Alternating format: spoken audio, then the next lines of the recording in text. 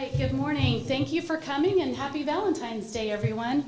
My name is Dawn Lowe. I'm the Executive Director for the Greensburg-Decatur County Chamber of Commerce. At this time, I would like to welcome you and introduce Miss Decatur County, Bailey Ebbing. Bailey graduated from Greensburg Community High School in 2023 and is currently studying kinesiology, planning to obtain a master's degree in athletic training at Purdue University. Bailey is the daughter of Thomas and Bobby Ebbing.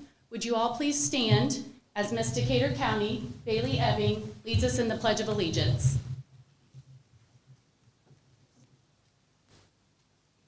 I pledge allegiance to the flag of the United States of America and to the republic for which it stands, one nation, under God, indivisible, with liberty and justice for all. Thank you, Bailey. I would also like to thank GDC Chamber Marketing Executive Sarah Schneider for all of her work in preparing for today's event, along with the City of Greensburg for allowing us to be in this space. I would like to recognize that Mayor Marsh, City Clerk Treasurer Amy Borns, and Communications Director Kristen Williams are all with us today. Also in attendance, we have Decatur County Commissioners Gabe Nobby and Brian Winning. Thank you for being here. Today's event is being live streamed by WTRE Radio. I would like to thank them as well as the other media outlets for being with us today. We appreciate you navigating a new format. This is a little different than we've done it in the past. We want to thank Decatur County Memorial Hospital for being today's sponsor of luncheon and the event. Decatur County and other guests, you have a unique opportunity to be part of a legislative update.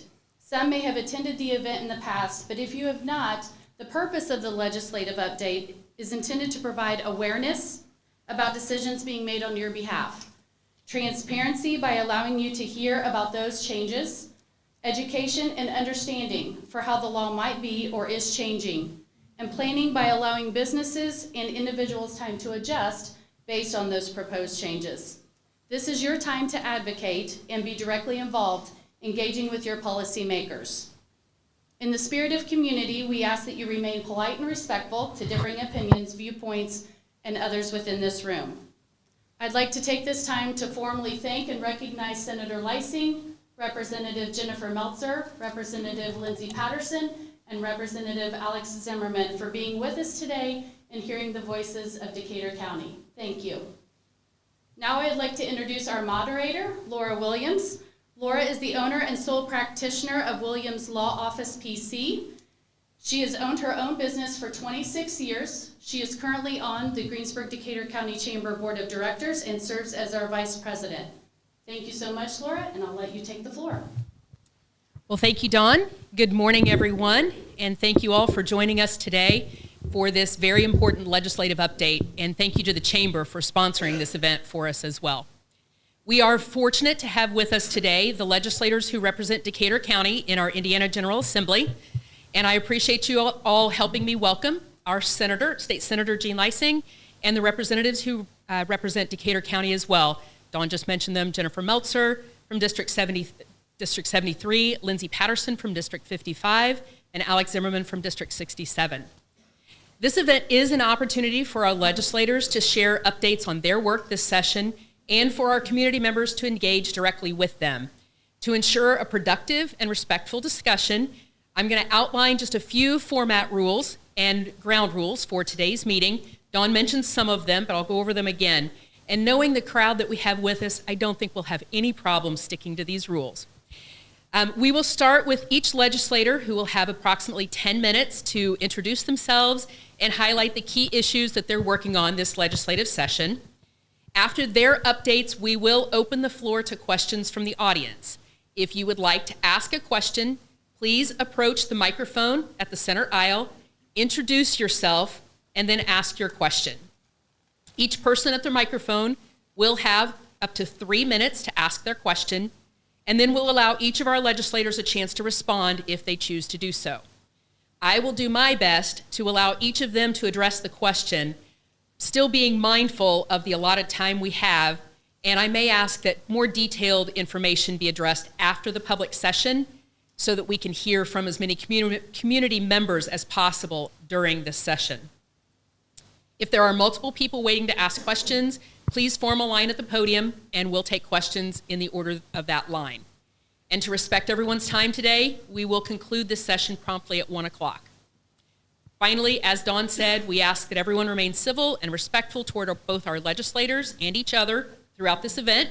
Let's make this a constructive and informative dialogue for all involved. With that, I am pleased to introduce our first speaker, Senator Jean Leising, and she's going to kick things off with an update on her priorities for this session. Senator Leising was elected to the state Senate in 2008 after previously serving from 1988 to 96. She serves Decatur, Fayette, Ripley, and Rush counties, and portions of Franklin, Jennings, and Shelby counties.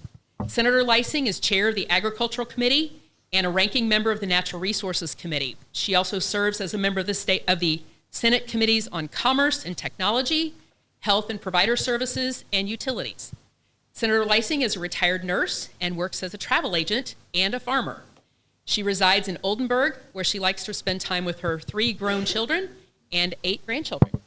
Senator Leising?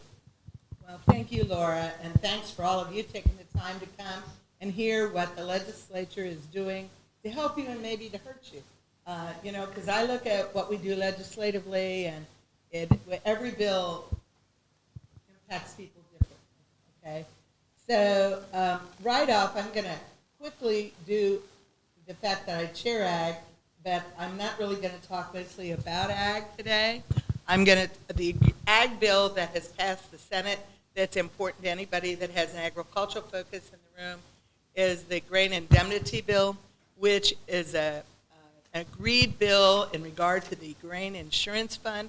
It has to do with the fact that when farmers decide to store or defer price their grain when they have a bumper crop, that in fact, if the dealer would encounter a financial problem, their license now will be clearly able to be revoked by statute if this bill continues, and the insurance fund, the grain indemnity fund, would kick in. There's been some questions in regard to gray areas, and I think this bill, because it was a collaboration of both the agribusiness community and all the agricultural associations, I believe it's in a good place. So that's all I'm really going to say at this moment about agriculture. I think the biggest thing that many of you, that also impacts agriculture, but everybody in the room, is the property tax bill. And since I'm the only senator here, I'll try to tackle that. And that's a tough one. Senate Bill 1 is the property tax reform bill. And Senator Braun, now Governor Braun, had a proposal to really do some major cuts in property taxes, okay? However, the legislature has been listening to constituents and realized that it would be nearly draconian cuts for our cities, our towns, our counties, our school corporations. So I am not on the Tax and Fiscal Committee, but on that committee this week, there were huge changes made in the bill. I'm going to tell you that the people that chair that committee tell me that it's only about a fourth of what the governor really wanted. So will that remain like that? I have no idea. That bill will pass the Senate, and it will go over to the House, and the House will have a chance to change it back, change it however they want, and then it'll, with their significant change in the House, it'll come back for what's called a conference committee, which is where 2 senators and 2 representatives, 1 from each party, will try to work out the differences. I think that we'll be talking about property taxes till the last day of session, which by statute is April 29th, okay? So I think it's a very difficult issue because many of us here are property tax payers, and we would love to see our property taxes reduced. I really think right now that the best you can hope for is a leveling off of your property taxes, okay? So that we don't continue to see the high escalation that many people have experienced. Some people will see a reduction, but I don't think it'll be nearly as big of a cut as what people want. The other thing is the bills that you're going to get for this spring they're going to be higher again, okay, because there's a lag on property taxes that goes from the previous year's information. So expect a higher property tax bill for this year, and then hopefully starting in 26 you'll see a more level bill. The people that might benefit from the changes, if these changes would hold, would be veterans, it would be senior citizens, it would be new first-time homeowners. Very frankly, if a new first-time homeowner has an income of less than $75,000, they would definitely see a big benefit in this bill. If you are in city or county government, you're not going to like something that's called the maximum levy growth quotient, because it currently is 4%, and I have mayors that have told me they hate the 4% that it's capped at, but for the next couple of years it's going to be 0, and then it will go up to 1% and then 2%. So it's going to make everybody say, wow, what can we cut? And if you're in a city, frankly, in a county, whatever, you're still going to want fire services, for instance. You're going to want law enforcement. So I think that that all of these things are tough. And I'll be honest, Representative Zimmerman and I were just speaking before the meeting, and he said he was happy that he's not on the committee in the House that's making all these decisions. And I would tell you, I feel the same way. I think they have got serious work cut out for them. So everybody here has should have gotten a copy of this. This gives you more detail on that Senate Bill 1, but I can't take the whole hour and talk about it. Okay, and then I'm going to tell you another big issue in the Senate has been that of utilities. And I've got to tell you that utilities are not just big in Decatur County, in all 7 of my counties. There's potentially disputes over utilities. The reality is MISO, the Mid-Intercontinent Regional Transmitter for 15 states and 1 province in Canada, say we need more energy built into our grid. And so utility companies, I guess, have been looking at that, and some of them have thought that maybe renewables were the answer. Frankly, I'm going to tell you that renewables, when I look at the MISO app, which any of you could pull up on your phone, you'll see that in most days, the wind might be providing 10%, maybe, of the energy for that big region. Solar usually is less than 5%, and at night it's 0. So you go, wow. And what's keeping our lights on? What's keeping our heat on? Well, over 30% almost every day is from coal. Nearly 30% every day is from natural gas. About 12 to 15% is from nuclear, and that happens to come from a nuclear power plant over the line in Michigan, okay? So you say, well, what's the answer if we have to have more sources? And I would tell you there's a bill in the Senate that has moved that really is promoting small cell nuclear. And some people in here might say, oh my gosh, nuclear. But just in case you have any hesitation, know that our nuclear submarines have been using small cell nuclear for over 60 years, and there's no been incidents, okay? So I think a lot of that's going to depend on the federal government, how quickly we would move that direction. There is a different administration, so maybe it'll move a little more promptly.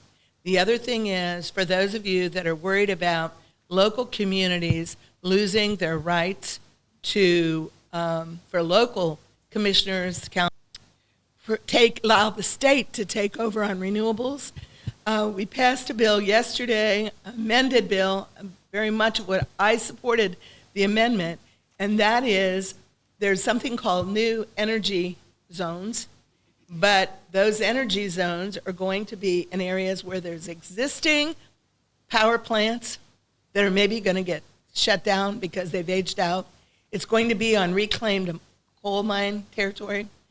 But the most important thing for all of you is to know that renewables are not going to be considered an automatic in those energy zones.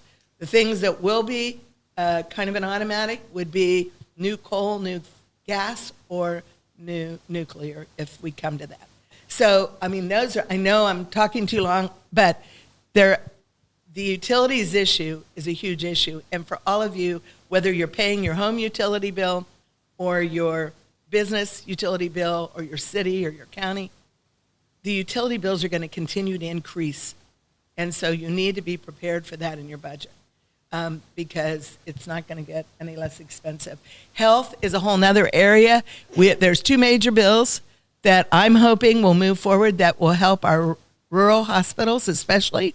And one of those is prior authorization. So insurance companies can't prevent you from having the procedure that needs to test to figure out what's wrong with you or delay that process. And the other is something called the hospital assessment fee, which would draw down more federal money. And I'll leave it at that, and hopefully I can answer any other questions. But thank you for coming. Thank you, Senator Leising. Next, we have Representative Jennifer Meltzer. Jennifer Meltzer represents District 73, which includes a portion of Decatur, Shelby, Bartholomew, and Jennings counties. She sits on 3 committees: Judiciary, Local Government, and is the Vice Chair of Courts and Criminal Code. Professionally, she serves as a counsel at McNeely Law, LLP. Prior to her current position, she was a Deputy Attorney General in the Attorney General's office. Jenny is a proud mom to 3 daughters, June, Rose, and Pearl. She is happily married to her husband, Trent, and they are members of St. Joseph Catholic Church. Jennifer Meltzer. Thank you. So yes, I sit on Judiciary, Local Gov, and Courts and Criminal Code.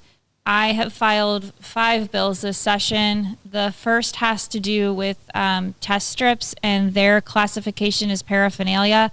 I was a co-author on very similar language last year that did not pass out of the Senate. So think of your test strips for individuals who are in active addiction that are able to test that unknown substance for fentanyl or xylazine, so that hopefully they choose not to take the substance, or if they do, they choose to take that substance in a more safe way so that they can live to be here tomorrow to receive treatment. Currently, it is unclear whether or not those are paraphernalia under the criminal code. There is only one prosecutor in the state that was charging this, so your other 91 prosecutors were not charging this. That bill has been sent to the Senate. The other 4 bills have made it out of committee. One got rolled into the other one, so I'm down to 4 that I would like to get across the finish line. One has to do with administrative law, which is the ability for your state agencies to make a decision, and then you're right as a constituent to say, state agency, I think you're wrong, and that gets appealed to an administrative law judge.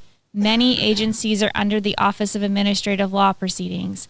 If you were to go back to 2018, not only would you be trying to tell the agency that they were wrong, you would be appearing in front of an administrative law judge that was an employee or a contractor of the state agency you were arguing with. That seems contrary to everything of neutrality I can possibly think of. So what my bill does is continue to take the steps that we've been working on since 2019 to continue to move that administrative law decision under a neutral body of the Office of Administrative Law Proceedings. Certain agencies we cannot move because of federal law. Certain agencies have to have what's called their own ultimate authority. So that's what one of my bills does. It's super down in the weeds, but the goal from a constituent perspective is to make sure that when Hoosiers walk in front of those agencies and are arguing that, hey, look, you took your rules and you're applying them to my farm from Department of Natural Resources or IDEM, or you looking at it from a hospital perspective from the Department of Health, and you're not applying these fairly and accurately, you're going to have an administrative law judge who is neutral, who's going to come at it and say, does this rule say what the agency says it says? If so, they can uphold it, or does it not? And if not, they can overturn it. So it's a very fair, neutral process. You can't appeal it to a trial court, but trying to get that administrative level to be efficient and effective for Hoosiers, not just state agencies. The other bill I filed will hopefully save Hoosiers $6.5 million. Currently, the state of Indiana and local units of government are paying $1.06 per every single Hoosier to put public notices in newspapers. It's going to cost the state approximately $500,000 to set up a state-run website, and then it will cost approximately $100,000 going forward thereafter. So in the first year, $6.5 million. Therefore, after, if local units of government and the state choose to use the website, it's totally up to them. Hoosiers are going to save approximately $6.9 million in just what is being paid to newspapers to run public notices. I won't ask for a show of hands, but think about your own household. Think about the households of your family members and friends. How many of you receive a newspaper, and how many of you read the public notices in the newspaper? The website will be set up to be searchable, so you will be able to put in Decatur County, Greensburg, one of your townships. You'll be able to search by the type of notice you are looking for, whether it is a bid opportunity to fix a road, or whether it is a zoning opportunity to see that your neighbor's asking for a zoning variance to build a fence that's higher than it should be, or to adjust the setbacks or cover more of their property than your zoning laws allow for. But every single one of these will be searchable. They'll be up on the website. It's going to save your local units of government money, but ultimately it's going to save Hoosiers money, because that is taxpayer dollars that are currently going to newspapers. The next thing that I filed this year is basically a cleanup bill. It runs through a bunch of different parts of the code that when you read them, they just don't match. So as an attorney, I would go in and try to represent my client, and I'd have to go to one section of the code. I'm looking at another section of the code and I go, that's fun. Those don't say the same thing. So that's what that bill does. It's super boring, but it is needed, I think. From a property tax perspective, looking forward to seeing exactly what's sent over from the Senate. It did pass out of committee. As Senator Lysing said, fully anticipate the Senate Bill 1 will come to the House. It is not going to cross the finish line how it is today. I would submit that almost no bill as it sits today, especially the controversial ones, are going to get to the governor's office and on his desk looking exactly like they do today. Anything from the small cell nuclear to the zoning issues that are being discussed to property taxes are going to most likely look pretty different than they do today. You have a whole nother side to take a look at it, which is 50 more people in the Senate, 100 more people in the House to really dig in and try to get that language correct. I went and knocked on doors last year, and every single door I knocked on, we talked about property taxes. The increase in property taxes due to the increase in assessed values hit homes hard. I hear that. I understand it. I also really, really want someone to answer the phone when I call 911. And I really want a police officer to show up, and I really want someone from the fire department to show up. And so when I am looking through those bills for property taxes, I am looking out for my constituents and Hoosiers, and I'm also trying to look at the math and make sure that we are saving every possible penny we can while not losing those necessary services that I think all of us want and need. Hopefully we never need to call 911, but if we do, I want someone to answer the phone, and I want them to answer the phone not for me, but for you and all of your neighbors. So that's kind of our focus. Additionally, the House has House Bill 1006, which is a huge public safety bill. We have a shortage of lawyers across the state, which I will tell you a decade ago I never thought I would say. Basically, by having a shortage of lawyers, our prosecutors' offices are ending up with less and less experienced prosecutors because they can work for the prosecutor's office straight out of law school or almost straight out of law school, and then it is worth their time and money to switch either into private practice or into a different governmental position. Think of Department of Child Services lawyers. They are getting paid more for the same number of hours of work. And so we are losing experience in our prosecutors' offices to try and combat that, which is a huge public safety concern. Think of a brand new professional going into trial against someone who's going to trial on criminal cases for 20 years. The experience there you desperately want if it's a murder case or if it's any type of case. You want the most experienced and best attorney representing the state that we can possibly have so that those individuals who have done something that is criminal, that we actually do successfully convict them. To accomplish that, what 1006 does is create a fund to help pay for those prosecutors from the state budget and help supplement the county budget. It also then creates a prosecutorial review board. So for those prosecutors across the state that have blatantly stated that they are not going to enforce our laws, that they are just going to say, this specific crime, I will not investigate, I will not prosecute. There's a prosecutorial review board set up so that they can review that statement, review the actual actions of the prosecutor. Are they actually following through on that statement? And if so, then the money can be withheld. So we're not going to fund those prosecutors' offices who aren't doing their job. In addition to that, the House has looked at a multitude of different bills. I think we've already sent 100 over to the Senate. Does that sound right?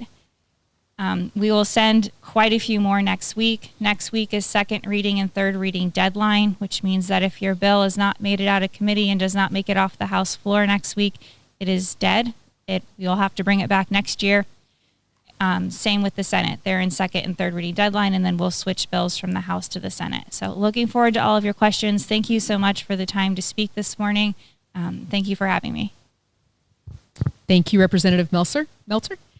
Next is Representative Lindsay Patterson. State Rep Lindsay Patterson was first elected to serve Indiana's House District 55 in November of 2022. The district includes all of Fayette, Franklin, and Union counties, and portions of Decatur, Ripley, and Rush counties. Patterson is a dental hygienist in Greendale. She earned an associate's degree in dental hygiene from the University of Cincinnati and a bachelor's degree in business from Indiana University. She and her family live on their farm in Franklin County, and she's currently serving on the following committees: Environmental Affairs, Family, Children, and Human Affairs, and Roads and Transportation. Representative Patterson. Thanks, Laura, for that introduction. Thank you, Dawn, for putting this all together, and thank you all for coming out to listen to our very boring lives. So as she said, I sit on Roads and Transportation, and I did author 4 bills this year, and I think being on Roads and Transportation helped my 1507 low water crossing bill finally get to the House floor. It was voted unanimously. And basically what it does is it allows communities now to apply for community crossings. There's a couple federal grants that they can apply for to try to replace the low water crossings with either bridges or go in and fix the culverts to where there's a better water flow underneath. These are a serious issue. In Franklin County, it's a huge issue. We have well over 30. And I'm not sure how many are around here, but I know as you get more up north, no one's ever really heard of them. If you don't know, let me know. I can give you the definition. But I'm really proud of that. That's been a 3-year process that we've been working on. So hopefully it'll get across the Senate and not have any issues there.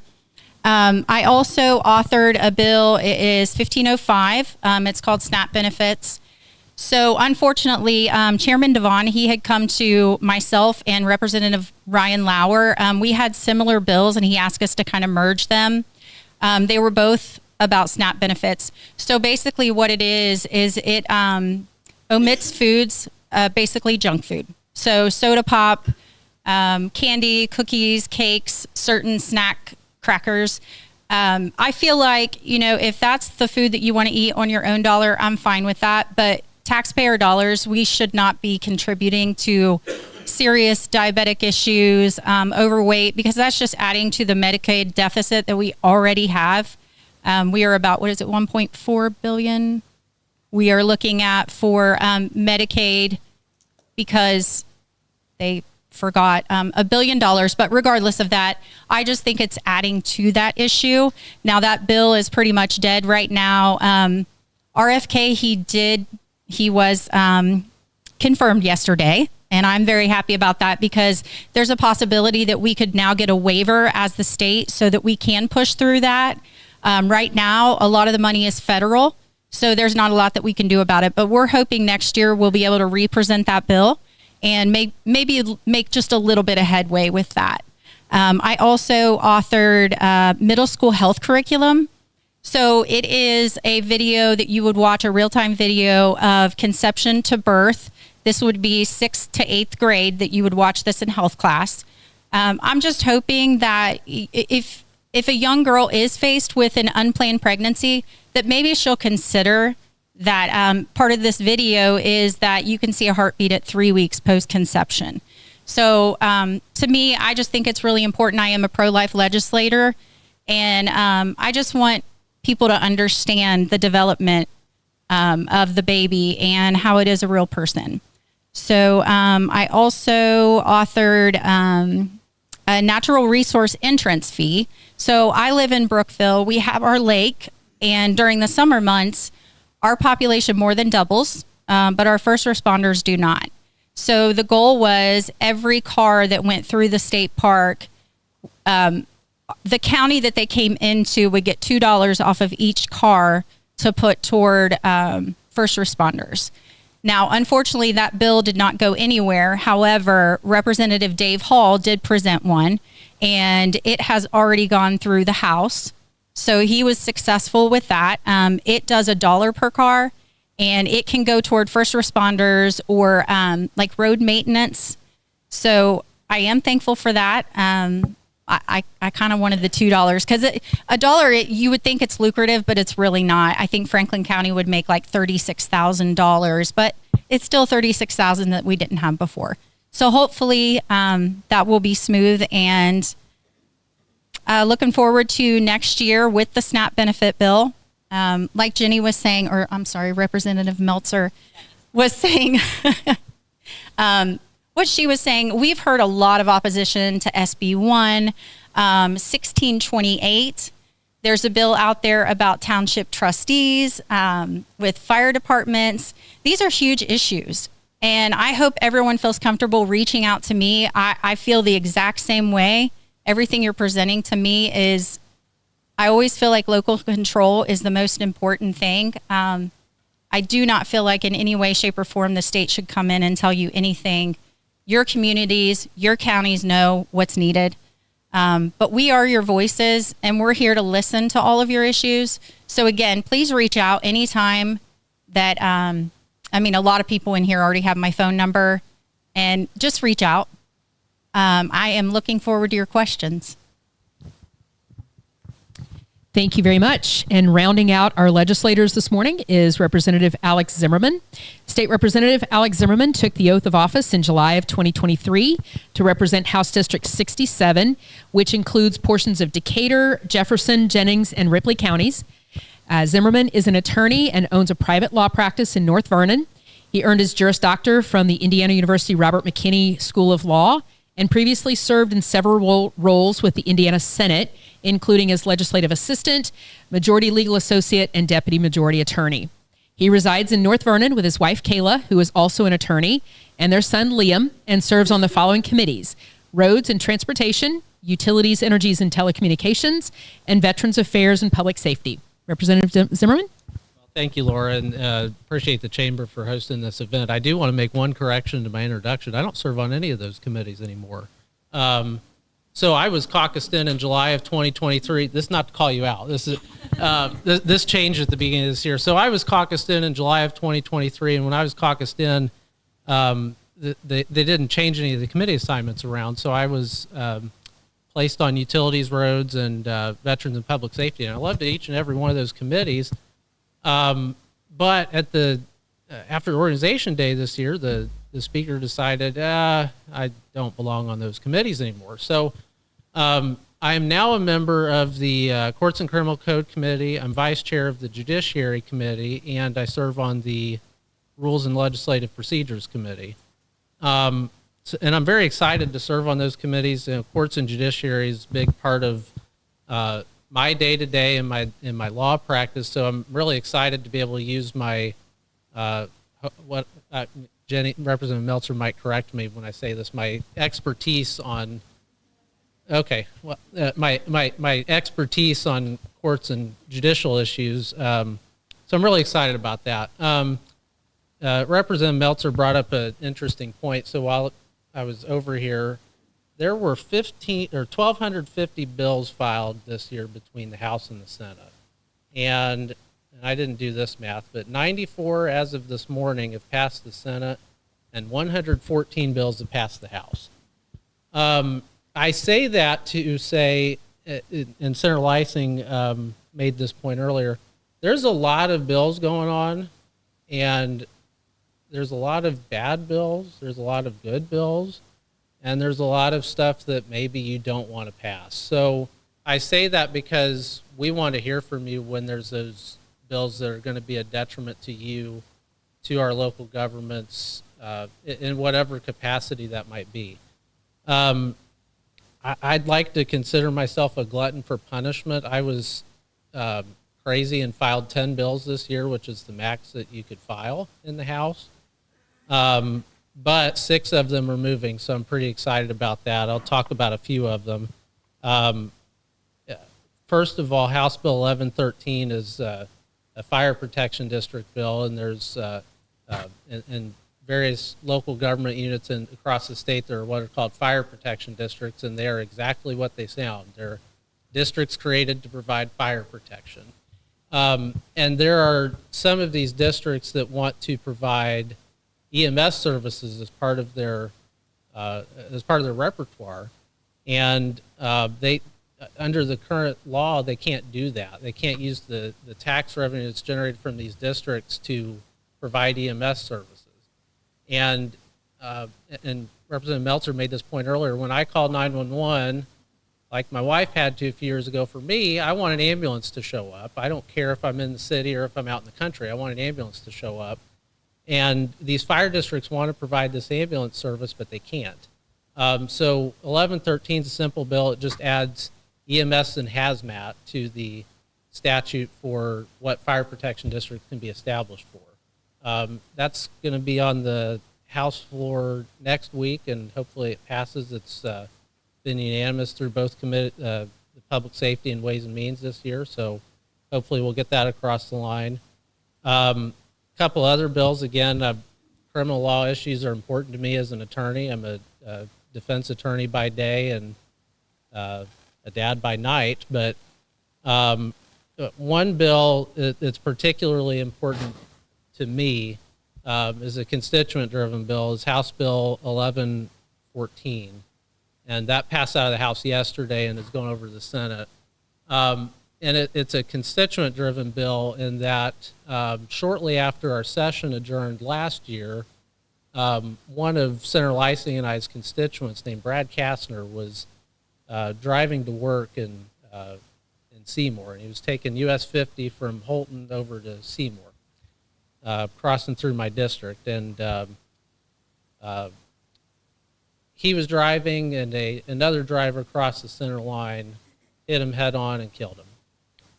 And the prosecutor in Jackson County looked at that case, and there's a lot of issues with the case. I'm not questioning prosecutor discretion on this, but what came to light out of that is that you can drive, if you drive on a suspended license for whatever reason, and you drive while suspended on a suspended license, and you knowingly or intentionally drive while suspended, and that results in serious bodily injury or death, you can be charged with a felony. But if you operate without a driver's license under our current law and you cause death, you could be charged with a misdemeanor.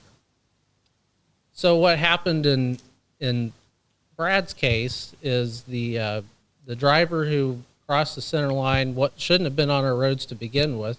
Driving is a privilege, not a right. And this gentleman killed somebody, and the most he could face is a year in jail. And on a deep-rooted personal level, I think that's just wrong, that you go through the steps to get your license and then you lose it for varied reasons. And you can be charged with felony if you kill somebody, but if you never got your license, drive on our roads and kill somebody, you could only face a misdemeanor. So I filed a bill to fix that. It passed out of the House yesterday. I'm very hopeful that it goes through, but as I think Representative Meltzer said, none of these bills are probably going to look the same as they did when they passed out of our original chamber, and this is one of them. It still needs some work, but I'm really interested in that piece.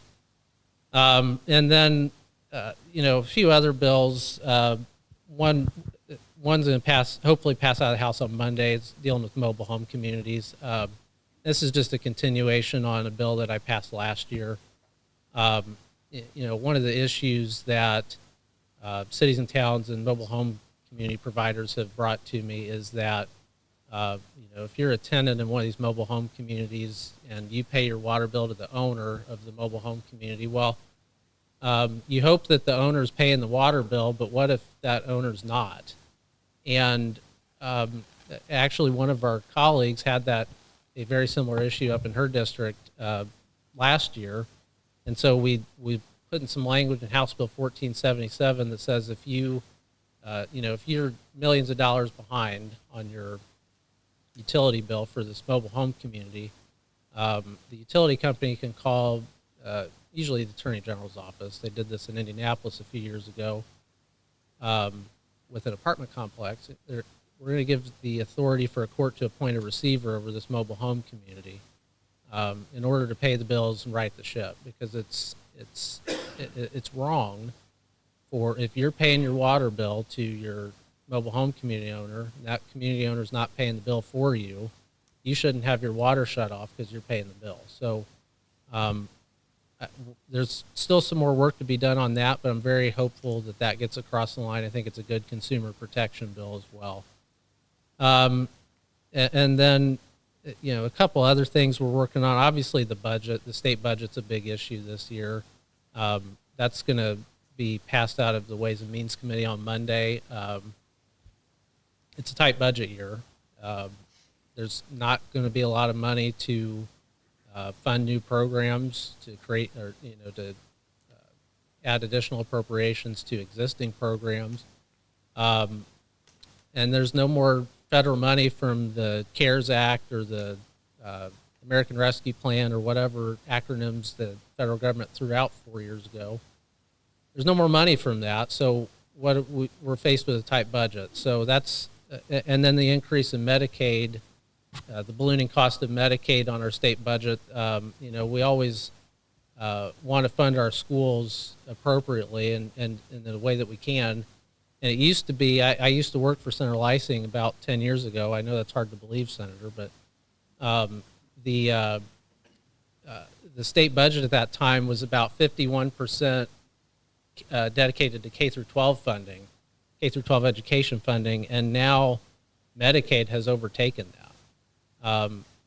And so we're looking at ways that we can, we don't want to say that if you're on Medicaid and should be on Medicaid, we don't want to cut you off from Medicaid, but we need to figure out a way to cap the growth of Medicaid so that it's sustainable over the long run, and how we balance our budget on that.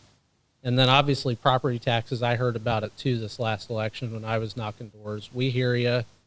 I didn't like my increase in my property tax bill either, but I still want law enforcement and 911 or the fire department to show up if I call 911. So lots of big issues we're looking at this year. And we've got 2.5 more months to hopefully get everything right. But appreciate being here today and look forward to answering some questions for you. Thank you very much. So that gives you all an idea of what your legislators are dealing with in this legislative session. Now it's your turn. Each of you will have an opportunity, or those who choose to take the opportunity can ask questions of your legislators. So for those who have questions, please feel free to approach the microphone at the center aisle, and the legislators will listen to your questions and try to give you the best answers.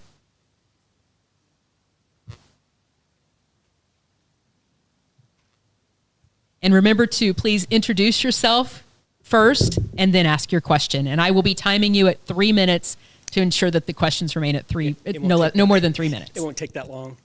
I'm Bruce Everhart from Waldron, Shelby County, and Jean and Jenny both represent and appreciate all your support to our local communities. As you may know, I'm the treasurer of the Rural Indiana, Accelerate Rural Indiana Development Authority for the I-74 corridor, which includes Shelby, Rush, Decatur, all the cities, plus the city of Batesville. It's very important. We got $20 million in 1.0 funds. That parlayed into $500 million capital investment for our region.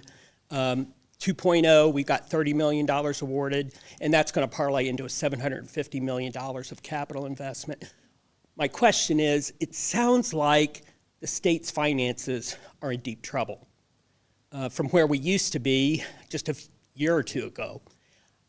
What happened, and will we see economic development in our rural communities going forward?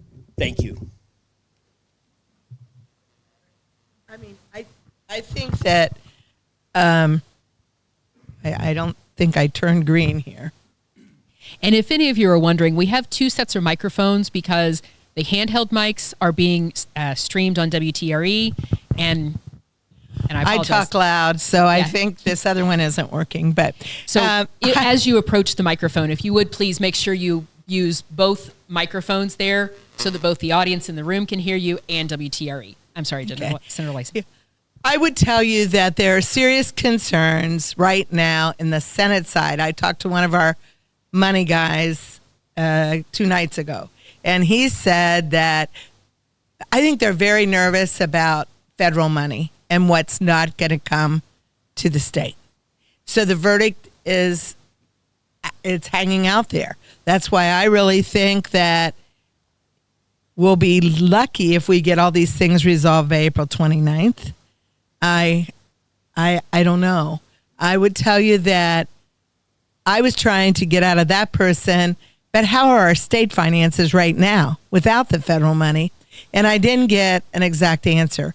I will elaborate a little bit on what Representative Zimmerman said, and that is that under the current budget that we're under, 47% of the general fund goes to K-12 education and 18% goes to Medicaid. They tell me that that Medicaid amount is going to probably be much higher, even if we start trying to put some restraints on it. One of the things that many of you probably may or may not know, but over 50% of the babies born in our state are born to Medicaid moms. We have got to somehow fix and repair the family structure, okay? And I don't know how to do that, but I mean, that alone. And then we have long-term care is very expensive, and we have a lot of super seniors. I'm a senior, but people super to me, right? And they exhaust their personal resources. Maybe one spouse has died, and they end up in a nursing home or long-term care facility, and they're going to, within a year or two, they're going to end up on Medicaid, even if they thought they had adequate money. And that is actually taking currently about 2/3 of the Medicaid budget. So when we talk about fixing Medicaid, we can try to fix Medicaid. One proposal, I believe, would have people that are on Medicaid, if they're able-bodied, healthy, that they would have a work component. And I hope we could do that. But I'm not even sure if that can be done. The attorneys here may know better, but a lot of times when there's federal money, there's stipulations. And 1/3 of our Medicaid budget is from the state. 2/3 is from the federal government. So I'm going to see if attorney Representative Melter can do better. Bruce, thank you for your question. I fully realize the huge benefit that the READY program and Accelerate Rural Indiana has had for my entire district. Accelerate Rural Indiana is basically my district. So I am well aware of the projects, everything from early learning centers to inclusive parks to growth and economic development. And the numbers that you stated are absolutely accurate. READY 3.0 funding is not in the budget. I asked that question yesterday. That doesn't mean that the Senate may not find it, recognizing the great benefit to the economic development that we've seen across the state. There is funding for sports and tourism at the exact same levels that it has been, so trying to bring different types of conferences and conventions across the state, that funding is in there. There's funding for our state parks. IEDC has similar funding to what they had over the past 2 years.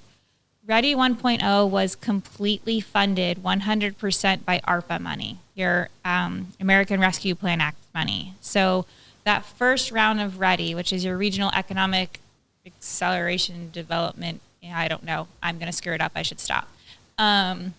That ready money was 100% federal. So it had all the federal ties, all your federal contracting, and it all had to be allocated with first dollars at least spent prior to December 31st of 2024. So 2 months ago. So all of that money should have, those projects have started, they're being spent. 2.0, actually, your ready group is the first group to be authorized to start spending 2.0 money. So when I sit here and tell you that your ready group that represents Decatur and Greensburg is highly successful, they are the best in the state. They are the first group that are able to start spending that 2.0 money and start using those match dollars from private sector to give projects, to start those projects and start breaking ground on those economic development and really community projects. Like I said, this is funded an early learning center. So your 0 to 5 will have somewhere to go and actually receive not just childcare, but educational resources, which are desperately needed throughout District 73. So I'm a huge support of this, a huge proponent. If we can find room in the budget, I would be your first yes vote for that ready funding, but it's just not there. So when that ARPA dollars got dropped in and we were able to use it, there was CARES money that got dropped in. And let's be honest here. It's not like the federal government had that money to give. What the federal government is trying to do is probably what they should have started doing in the 90s. The federal government has not passed a budget. Forget a balanced budget. The federal government has not passed a budget, period, since I believe 1994. I was 10. That's ridiculous. Think about if you looked at your house and if you hadn't tried to balance your small business, your household budget, you had not figured out how not only to budget, like balance it, but you just period had said, I'm just going to start spending and forget what I'm bringing in for 30 years. It's irresponsible. So what our federal government is doing today is starting to try to pass a budget. They are starting to try to cut and realize that we cannot continue to spend and spend and spend and spend without recognizing what revenue is actually coming in. All of this is more responsible than what we have been, but that means that they're seriously considering cutting that Medicaid funding. And as Senator Lysing said, 2/3 of Medicaid, which I believe actually comes out to close to 80% of Family Social Services Administration's budget, which is your Medicaid, is coming from the federal government. So if the federal government starts cutting, which I believe they should, we're going to have to either significantly cut Medicaid and who's on it and where that money's going, or we're going to have to find that money somewhere else in our state budget. So that is part of the reason that we have such a tight budget this year. The talk of tariffs is also, forget if you agree with them or disagree with them. As you start discussing tariffs, we're seeing that there is a real question mark on what those are going to do to inflation as well as to the revenue that comes into the state. And so when we're looking at our budget, we need to be budgeting based off of very conservative numbers because we don't want to end up in the same boat that we were in less than a year ago, where Medicaid came in almost $1 billion over budget, and then your state government is trying to figure out where they can start moving the dollars around to then fund that $1 billion shortfall. We operate on a 2-year budget. Not many entities in the private sector could operate on a 2-year budget. Your local units of government only operate on a 1-year budget. So trying to forecast for 2 years, then also consider all of the question marks that we have with the new administration, that is why this budget is so tight. Revenues have been coming in about where we thought they would, but there's just a lot of question marks. And so to be responsible and to be good stewards of our taxpayer dollars, the budget that the House is sending over to the Senate is vanilla, is the word I've been hearing. I like vanilla, so maybe that's not so bad. But I think it's really just trying to say we need to continue to fund what we have been funding, but some of these extra pluses that we've been able to do to help constituents and help local government, they may not be able to happen. So I hope that answers your question. Thanks for that question. I'm just going to piggyback on one thing, and that is the Medicaid issue. I represent 2 counties that one is now on 4th generation welfare. The other is on 5th generation welfare. So that includes Medicaid, SNAP benefits, cell phones, TANF, housing. This has got to stop. I mean, and again, the problem is a lot of that is federal money. We don't have a lot of control over that. I'm hoping with the new federal administration, they will start to get a handle on that. We are taking from things that actually need those benefits, and we are giving them to people that are perfectly, they could work. They choose not to. I hear from people that say all the time, you know, what are you going to do whenever you graduate? Nothing. It's a mindset. It's a family. Like I said, it's generational, and it needs to stop. It exhausts me. So anyway, there's my piggyback. Oh, what do I have? I'm not going to piggyback on the Medicaid funding issue. No, but I want to get back to the budget because, you know, I actually like the term vanilla. I like vanilla too, Jenny. So yeah, one of the other issues that we haven't talked any about is road funding. And there was a study by Purdue's Local Technical Assistance Program, I think is what it's called, LTAPS. And they studied local road funding, and I believe, what was it, we need an additional $1 billion a year for the next 10 years to get our local roads and bridges up to where they should be. Not just to maintain them, but to get them where they should be. And so there's a bill in the House that addresses road funding, and you know, Senator Leising, I know, you know, I was around when the 2017 road funding discussion was going on, and how many years was that supposed to last for? 20 years? I think the 1002 in 2017 was supposed to be a 20 or 30 year road funding plan, and it's 2025, and we're back looking at road funding again. That's a bit, you know, our local governments rely heavily. I'm the county attorney in Jennings County. We get 5,000-ish per road mile for our county roads from the state of Indiana. That's a big part of how we fund our local highway department. I'm sure it's the same here in Decatur County and in the city of Greensburg. That's a big issue of how do we fund our roads to do so in a responsible manner to our constituents and use our taxpayer tax dollars wisely, but to do so in a way that we can truly embody being the crossroads of America. I know that, Bruce, that wasn't really your question, but we've got to have good roads and bridges so that we can bring these economic development projects to Decatur County. Thank you all. We have time now for more questions from the audience. I know there are questions out there, so come on up to the microphone. Feel free to hold on the start button for a minute. I'm Jared Burns. I'm the superintendent at Decatur County Community Schools. I've got 2 topics to go through with you real quick in 3 minutes. So first off, Senate Bill 287 and House Bill 1230, the partisan school board bill. I can just tell you right now that I know the intent of that is to call out the people that have hidden agendas and what political parties they're in. Court-appointed employees in the state of Indiana will then have to lose these positions. I've talked to 7 superintendents in the state that will lose school board members immediately. I've had 14 board openings in my 8 years in the school corporation. 11 ran unopposed. And so I think the bigger solution here is that school board members, the school board positions, the only elected position in the state of Indiana without an impeachment process. And so you get somebody on with a hidden agenda and they're there 4 years unless they commit a severe felony. Put some kind of mechanism in there so boards can police themselves and get rid of the bad actors. And you can do so without having them claim a political party and then lose individuals, which is exactly what I'll do and other superintendents will as well.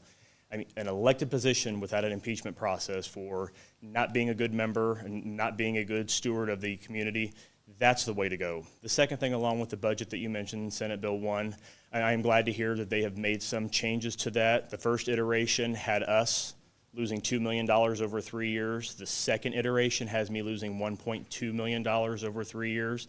And just a little bit of a background, Decatur County's 373 square miles. Okay, I'm 294 of that. I'm 80% of the county.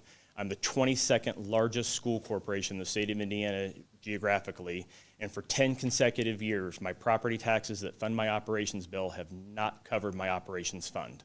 And so I have moved from the education fund into my operations fund for 10 consecutive years, and we have eliminated 30% of our bus routes. We're looking at eliminating significant numbers of teaching and non-certified positions this next year as our enrollment has decreased. But we have done, the governor flat out said, prove it. We're willing to prove anything that we possibly can to show that we have done an amazing job with the budget and the money that we have, and cutting $1.2 million, if that's how it stands. And I'm happy to hear that that probably won't, but as it does currently, that's going to be teachers. I mean, there's no other way it's going to be humans. There's nothing else we have at that level of dollar expense each year that we can cut to get $400,000 a year for $1.2 million over 3 years. It's going to have to come from them. So please, as you're talking to people, think about that, and the school board position. I would just tell you that, okay, I want to clarify with you, though, sir, superintendent, before you go, that for everybody listening, technically property taxes are supposed to go for transportation, capital projects, insurance, whatever. So when you say that the general fund is supposed to cover your teachers and salaries, but you're saying because of what you have to transfer money from education over to cover transportation? Yes. Is that what you're saying? Yes, and the state says that up to 15% without any certain notifications to the state, we can transfer over there. And we've been very good. We've hovered at around 8%. So we're in the lower half of the school corporations in the state of Indiana that have transferred. Right. But we have not had our operations fund fully cover our operation expenses. And a lot of it is because we run so many buses. I mean, we are geographically so large, we're going to have higher expenses, which we understand it's the cost of doing business. But an account that already runs in the red each and every year is going to be cut even further. I'm hoping this is one of those scenarios when the governor says, prove it that it is, that we're not building Taj Mahals, as the lieutenant governor likes to say, and all of this frivolous spending. That has not been us whatsoever. But it will absolutely. I know the original iteration was $83 million from Hamilton South Eastern Schools, and that's a lot. Well, $2 million to Decatur County Schools is the same to $83 million to Hamilton Southeastern. Yeah. We just don't have the voice because we don't live where they are. We live here. Right. Well, thank you for clarifying that, because I wanted to make sure I understood it correctly. The other thing, I would just tell you that the school board partisan election bill will be probably voted on either Monday or Tuesday of next week. I told the author, I said, in my small counties, people already know people that are running. They pretty much know whether they're Republican or Democrat, and if not, they could go to the clerk's office if that was so important to them. So I've told the author of the bill that I won't support that bill because I don't want to deter people that are good people that want to run. So that's just my personal feeling. We all have to make that decision. Plus, in my survey that I did, the majority of the people that responded in my survey that I sent out actually said they did not want it to be partisan. So, thank you. My concern when it comes to school boards isn't so much partisan, but their ability to, when someone steps down, they choose who steps in. So if someone runs to be on the school board for 4 years and for some reason they only serve one, instead of the electorate being able to say they get to choose who replaces, or instead of there being a caucus of individuals who have been elected as precinct committee people, so someone that the public has chosen, the who's choosing is them themselves. Which, yes, they've been elected, but they're choosing their own replacement on their own board. And so to the extent that we made them partisan, that would be the only reason I support that, is because then you would have the ability for precinct committee people who are elected for the sole purpose of filling positions when they become vacant.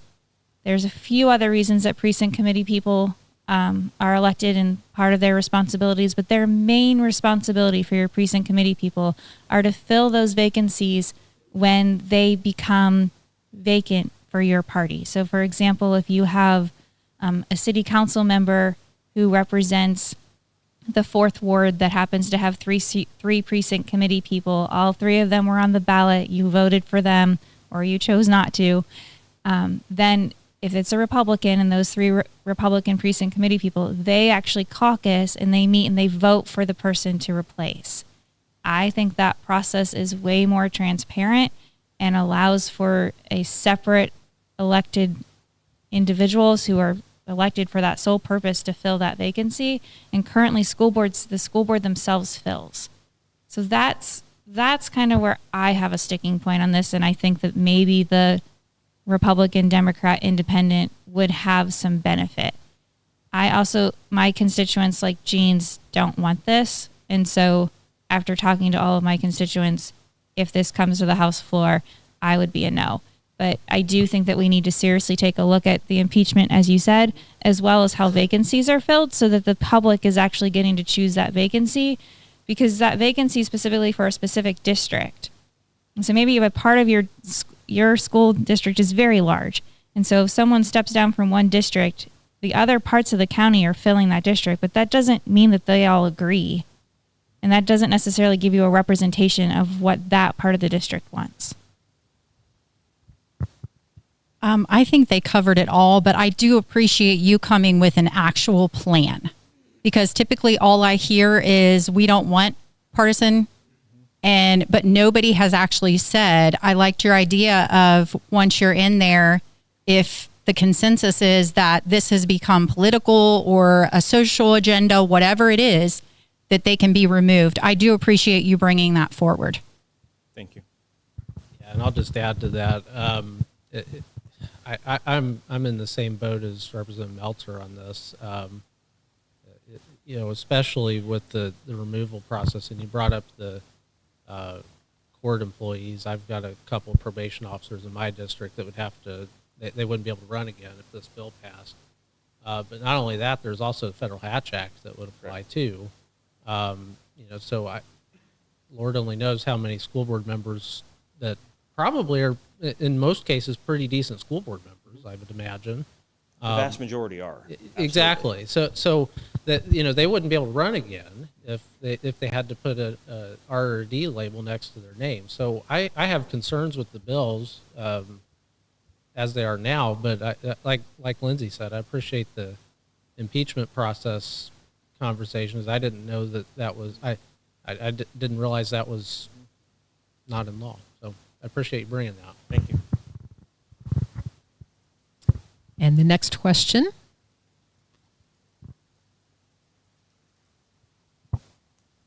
I'm not Linda Smith, but I'm going to speak for her today because she has no voice. So, my name is Linda Smith, and I have been an educator for nearly 5 decades. I began my teaching career in Washington Township in 1975. In 1982, Merrill and I moved to Decatur County, where we quickly became part of a wonderful community that values in school is school and children. Since then, I've had the privilege of serving as a public school teacher at North Decatur Elementary. I'm here to speak about an issue that impacts our children, families, and communities, the important role of public education in Indiana. While homeschooling and charter schools have their place, public schools serve as the foundation of our society. They ensure that every child, regardless of background, ability, or socioeconomic status, has access to a high-quality education. One of the greatest strengths of public education is its inclusion of all students. Unlike charter schools, which can set their own enrollment criteria, public schools welcome every child in their district. No student is turned away due to academic challenges, special education needs, or language barriers. Public schools provide essential services, including special education programs, English language support, and advanced coursework, ensuring that all students have the opportunity to succeed. Charter schools have faced criticism for limiting enrollment, particularly for students with disabilities and those requiring additional support. This raises concerns about education equity, as public schools, despite funding cuts, are expected to serve all children, regardless of need. Public school teachers are required to be licensed, ensuring that we meet the highest standards of professionalism and expertise. Public school teachers are held to rigorous qualifications, including education, certification exams, background checks, and continuing professional development. This helps ensure that every student receives a quality education from teachers who are fully prepared to meet their needs. Public schools in Indiana are held to rigorous accountability standards. We administer state assessments such as iRead and iLearn to track student progress and academic growth. While charter schools also participate in standardized testing, their performance has been inconsistent. In fact, research from the Indiana Department of Education shows that traditional public schools frequently outperform charter schools on these assessments. Since their inception, over 50 charter schools across Indiana have either closed or merged, often disrupting students' education and creating uncertainty for families. Beyond the closings, Indiana has experienced significant charter school fraud, with two major cases standing out. Indiana Virtual School and Indiana Virtual Pathways Academy falsely reported over 4,500 inactive students, leading to $44 million to improper state funding. Investigations uncovered that school officials funneled millions through fraudulent companies for personal gain. A state audit letter revealed that just two schools misused over $85 million in public funds. Numerous other cases of charter school fraud have surfaced within Indiana's charter school system, including those involving Concept Schools, Themis Academy, Dalefield Charters, Flanner House, Padua Academy, and Christopher Columbus Charter Schools. These financial misuses have resulted in losses of several $million. Misuse of funds extends beyond charter schools to universities as well. Ball State University, which serves as an authorizing agency for charter schools in Indiana, collects an annual fee from these schools, typically 3% of their state tuition support. According to the DOE, in 2022 and 23 accountability report, Ball State received $2,649,798.16 from the 21 charter schools it oversees. These funds could be better spent. That's the 3-minute limit. Thank you.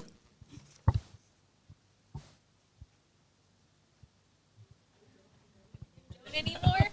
No, I am no longer on education. And are any of you on education? Okay.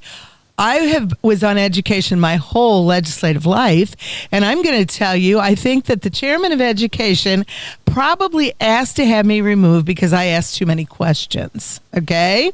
Because as you can see, these issues are quite hefty and controversial, but I will just, I'm still tracking it because it's in my nature. I would tell you, first of all, for those listening, charter schools are considered public schools, different than our private schools that are accredited, like maybe your St. Mary's here, or St. Mary's in Rushville, or St. Louis and Batesville. Okay, I have 15 public schools in my 7-county area. I have one charter that's really a charter. That's over in Rush County. It's in Mays. And I have 8 private schools, okay? Now, the biggest thing that I'm hearing about charter schools are those virtual charter schools. And I would hope that the legislature, that somebody would certainly encourage our Department of Education to make sure that kids that are doing virtual charter are really getting their education. I think at least in my case, those that are the only charter I have in my district that's an actual school front is probably doing a good job. But I'm not sure at all from what I'm hearing about the virtual schools. So if there's any other educators here that want to elaborate on that, it would probably be helpful. I have not heard any discussion at the Senate, but I'm not on the committee, but I haven't heard anything challenging the virtual schools and what they're doing or not doing, other than I've personally been told by some educators that they really have concerns about it. I would tell you that the NAEP scores, that's the national testing scores, that Indiana moved up among the states for scoring higher than they have in the past.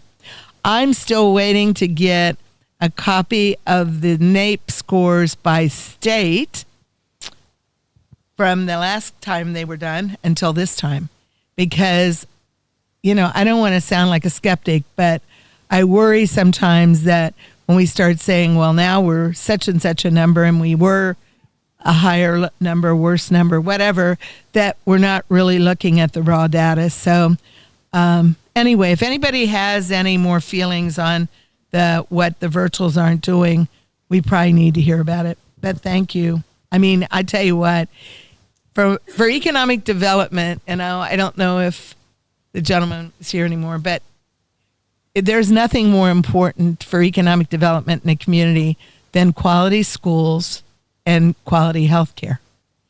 And I know that people want some of the extra things too, some of those things that we may not be able to afford in this budget. But we've got to have quality health care and quality education.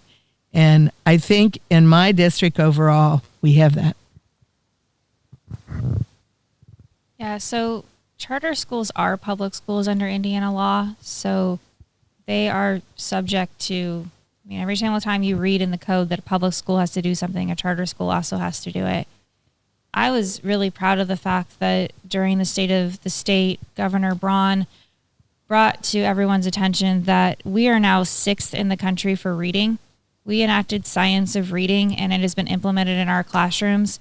Prior to enacting that, we were 40th in the country for reading for third graders. So just in 2 short years, we have third graders that are actually reading at proficiency by implementing science of reading. And that is a huge win to me.